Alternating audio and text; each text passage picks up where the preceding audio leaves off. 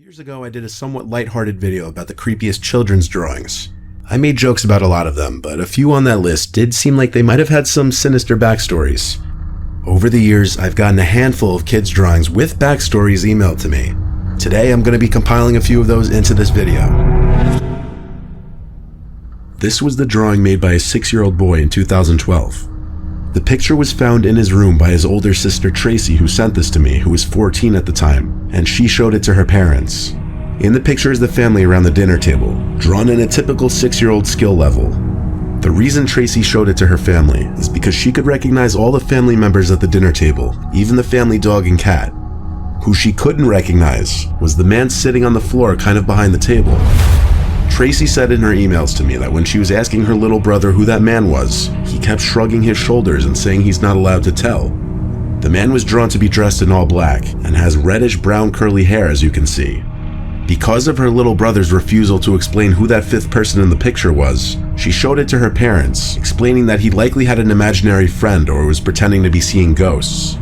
After the parents confronted the child at dinner asking who the man in the picture was, the boy made a pouty face and shrugged his shoulders. He did this anytime they asked, with the most detailed answer from his mouth being, "I'm not allowed to tell." The parents, specifically the dad, weren't fazed by it, as really a 6-year-old could draw anything and create some kind of crazy story in their head behind it. Tracy would be responsible for watching her brother often when their parents weren't home, and one day when she was left in charge of watching him, she heard her brother talking to someone in his room. Upon getting to his room, she learned he was just playing with his toy car set on the floor, talking to most likely himself as he played. Tracy asked if he was talking to anyone. He looked at her and shrugged his shoulders again, pouting his face. Tracy then noticed some candies on the floor of her brother's room, a specific kind of green apple flavored candy that she'd never seen her mother buy before. She asked him where he got this, and he ignored her, going back to playing. Tracy took the candies and that angered her brother, yelling, "Give them back." She waited until her parents returned home to ask if either of them had bought the unusual candy. Since the boy was only 6 and it was summer break, aka receiving the candies at school wasn't even a possibility, the random candies appearing in the boy's room became a concern. Even as the boy was scolded and pressed by his parents as to where he got the candies from, he still just made his pouty, angry face and ignored them. The boy was grounded by his father until he would answer the question, so he wasn't allowed to leave his room. The family checked the closets in his room, under the bed, even the closets outside of the room. The idea that someone was inside of the house was out the window. On that same night that he was grounded, Tracy sat close to her bedroom door instead of on her bed, so that she would easily hear if and when her brother in the next room would start talking. And sure enough, when he did, which to note was way past her brother's bedtime, she jumped up and ran to his room, opened the door, and saw her little 6-year-old brother standing at his open window talking to a man who looked as though he were about to climb into the room. Tracy screamed for her mom and dad, causing the man at the window to flee, and her brother began to cry. Once Tracy told her parents that a man was talking to her brother through his window, the police were called. The boy still refused to talk at first, but with the police there, he eventually said that his friend told him not to tell anyone about him, or that he couldn't come and play anymore. When asked his friend's name and age, he said he didn't know. When asked what the two of them would do, the boy said he would come with snacks and candies for him and just play with toys. When asked how they met, he said they met in front of the house one day when the man stopped on his bike and gave him some candy. After offering to come back with more candies and snacks, Tracy's brother told him which bedroom window was his, and that's when this started. Submitted to me all the way back in 2015, this was sent by a mother of 2 children, a 6-year-old boy and an 8-year-old girl. Almost every night between the hours of 12 and 5 a.m., the boy would come to the parents' bedroom crying that he's scared because someone or something was in his room at the edge of his bed. The boy would claim that every night the person or thing would come out from his closet and move to the same spot at the foot of his bed and just stand there not moving. The first few times the parents would check the boy's bedroom just to make him feel better. The closet door would always be opened. When questioned why the closet door was always open when it was supposed to be shut, he would claim that it was because he was telling the truth about the thing in his closet. Every time the parents would show their son that the closet was empty, he would go back to sleep. Their 8-year-old daughter never had any similar issues to this. For a few nights, the parents would let him start sleeping in their room on the floor with a blanket. Eventually though, after this had been going on for too long, the parents decided to humor him one more time and asked him to draw what the thing at the foot of his bed looked like. His drawing sent chills down his parents' spines.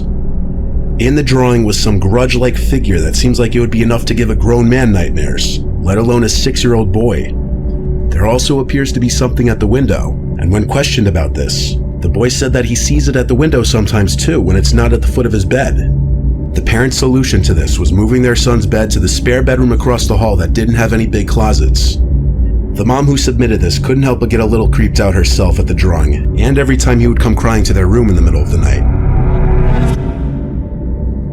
This third and last one is a little different in that it's a mix of drawings and writing, and there's 3 different pages of it. This was found by the new babysitter of an 11-year-old boy named Rocco in Ottawa, Canada. The babysitter, who I'll refer to as Alyssa, was needed while the parents of Rocco were away for a week. According to Alyssa, Rocco was very quiet and kept to himself most of the time. He would stay in his room for a majority of the day, and would only come out to get food from the fridge or to go downstairs to play video games. Alyssa tried to befriend the child the first day, but eventually gave up after realizing Rocco either didn't like her or was just a very unfriendly, creepy kid in general. Alyssa would spend the majority of her shifts doing schoolwork and watching movies. She knew Rocco had an obsession with guns because of the amount of toy guns he had. They would lay across the house in varying rooms, ranging from Nerf guns to airsoft guns to varying types of toy guns. Alyssa had never been in Rocco's room yet though, but one night when Alyssa was having trouble sleeping, she heard Rocco sneak into her designated bedroom and was just standing by the doorway. She sat up in her bed and asked Rocco if something wrong. Then she just closed the door quickly and she heard him running back to his room. The next day, Alyssa went into Rocco's room for the first time. Rocco wasn't in there and the light was off. This meant he was in the basement playing video games, as those were the only 2 rooms he'd ever be in according to Alyssa. He didn't even seem to seek hanging out with friends. Sprawled out on Rocco's floor were a bunch of papers. The first piece of paper that caught her attention was this drawing of a handgun. It wasn't anything really alarming, it just further demonstrated his fixation on guns. Alyssa dug through the papers though, and found 4 pieces of paper stapled together with 3 different staples. They formed what could best be described as a little storybook. The first page looked to be the cover page, titled The Babysitter. Immediately Alyssa assumed this little book was about her. But not wanting to get caught reading it, she took pictures of each page of the little booklet, as well as a picture of the handgun drawing, and left the room to go read it on her phone elsewhere. These were the pictures she had taken. This was the second page. Rocco wrote on it, "It was a regular day in the house, when Mom and Dad brought over the babysitter for the first time. There's something about her that I hate. I think it's how ugly she is. She's a huge nerd, I don't want her in the house. Not sure why my mom and dad hired her. I think I'm gonna have to kill her." The drawing on the page is what's supposed to be Alyssa sitting on the couch on her phone, and Rocco spying on her through the doorway. This was the next page. It's day 3 and she's still here. Parents think I'm a baby or something that needs an annoying, ugly babysitter that eats all our food and drinks. In this drawing, Rocco appears to be grabbing a kitchen knife while Alyssa's in the fridge. The child's disdain for his babysitter becomes increasingly apparent in a disturbing manner. But the next and last page is by far the worst. It says, "She caught me sneaking into her room. I have to be quieter next time." The picture is quite obviously Rocco holding a knife behind his back while Alyssa lay asleep in her bed. The implications of this picture are beyond transparent.